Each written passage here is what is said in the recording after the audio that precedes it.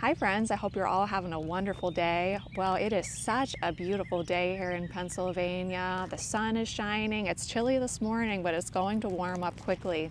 So I thought, let's get out here and take a look at all the daffodils that are in bloom in the late April garden. This will be week 3 in our weekly daffodil tour, and I'd love to know about what varieties you're growing that you love, because I'm always looking for new recommendations, and I think I have a new obsession, and its name is the daffodil. But let's get started and look at some of these varieties together.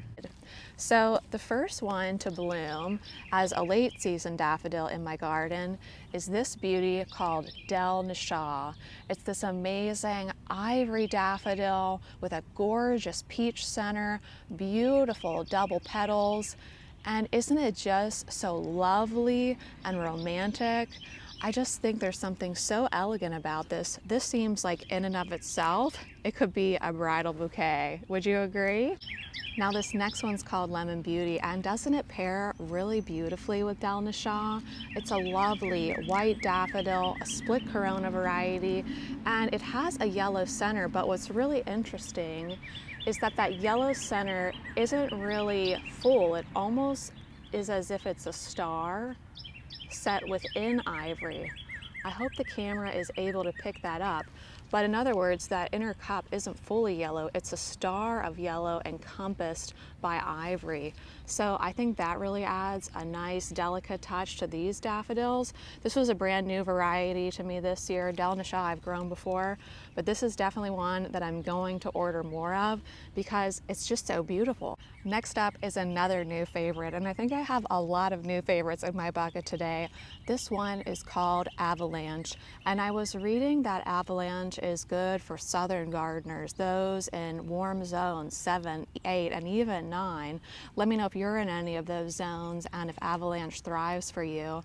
But Avalanche is just full of tons of really, really tiny flowers. So beautiful, a nice ivory. The inner cups start out a bright yellow and then they gradually turn a butter yellow, and now I see they're turning to ivory. The stems are rather short in comparison to all my other daffodils, but still really lovely, and it has this wonderful fragrance, almost reminiscent of Lily of the Valley, but not quite as strong.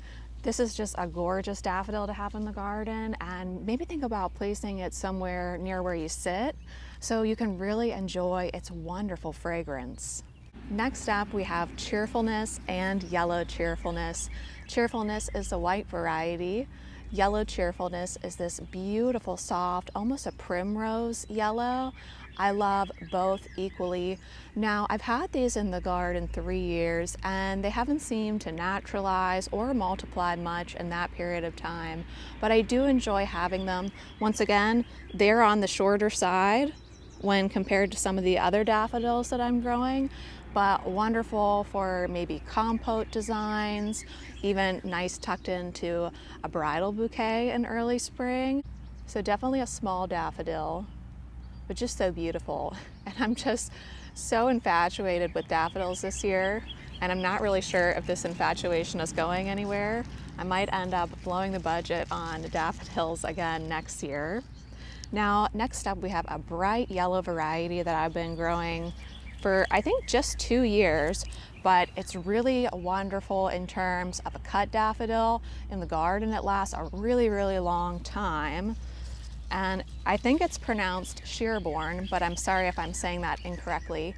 Here it is. It's a really, really vibrant yellow daffodil with an even brighter yellow center, and hopefully the camera can pick this up.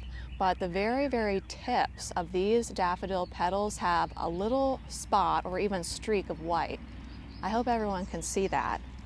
But I love this daffodil just because of how long it lasts. Let me get a better grasp on it. There we go, and Grace wants to say hi as always. But isn't that just a great daffodil? If you really like vibrant yellow in your garden, I think this is the winner. I have this naturalized over in our driveway garden. I can overlay some footage for you here. But this is just so beautiful, isn't it? What was I saying? Oh yes, this is just so beautiful. definitely consider adding Sherborne to your garden. You won't regret it, and it blooms late in the season. Like I said, it's April 20th, and from what I saw last year, this will easily bloom into that first week of May here in Zone 6B, southern Pennsylvania. So there's a look at all of the late season daffodils in my Pennsylvania garden. I would love to hear about what your favorite daffodil has been this year. Some varieties that are still looking okay in my garden in late April are Mount Hood, British Gamble, and Silver Smiles. But all the rest of the daffodils that I've shown you in the previous 2 tours are pretty much either gone, or they're so far gone that I've deadheaded them at this point in the season. But I still think that my all-time favorite daffodil is Pueblo, just because it's so versatile in terms of arranging, how it changes colors, all the beautiful delicate heads. I love the strappy foliage, great for naturalizing, great for the garden. It's just still my favorite, even though it is a more subtle daffodil at the end of the day. But in terms of new varieties, I really do like Lemon Beauty. I love Avalanche and I love the smell. And then one I showed you in last week's tour, which was Yellow Casada. I did get to make some arrangements with that one for Easter, and boy, it was so beautiful. And that really bright yellow inner cup aged just beautifully to an ivory before it passed, and it's deadheaded now as well.